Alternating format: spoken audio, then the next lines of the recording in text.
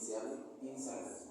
Pour n égale à 0, on a 4 à la puissance n plus 2, ça égale, il y a 4, on remplace n par 0, on obtient 4 à la puissance 0 plus 2, ça égale 1 plus 2 égale 3.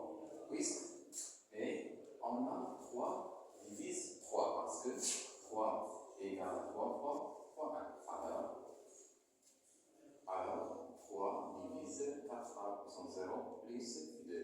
Donc, la proposition P de 0 est vraie. Ou bien, la proposition P de n est vraie pour n égale à 0.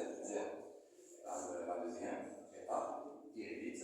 Donc, soit n appartient à n fixe. Supposons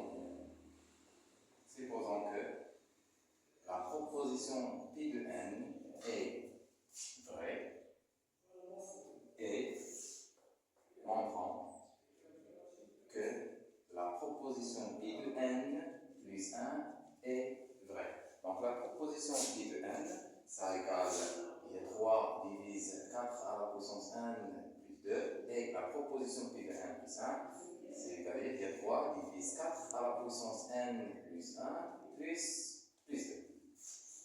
Donc, on a A divise B, c'est-à-dire quoi? C'est-à-dire il existe K appartient à N, tel que B égale à A fois K. Donc, pour montrer que 3 divise 4 à la puissance 1 plus 2, donc c'est-à-dire il suffit de montrer qu'il existe K appartient à N, tel que 4 à la puissance 1 plus 1 plus 2 égale à 3 fois K.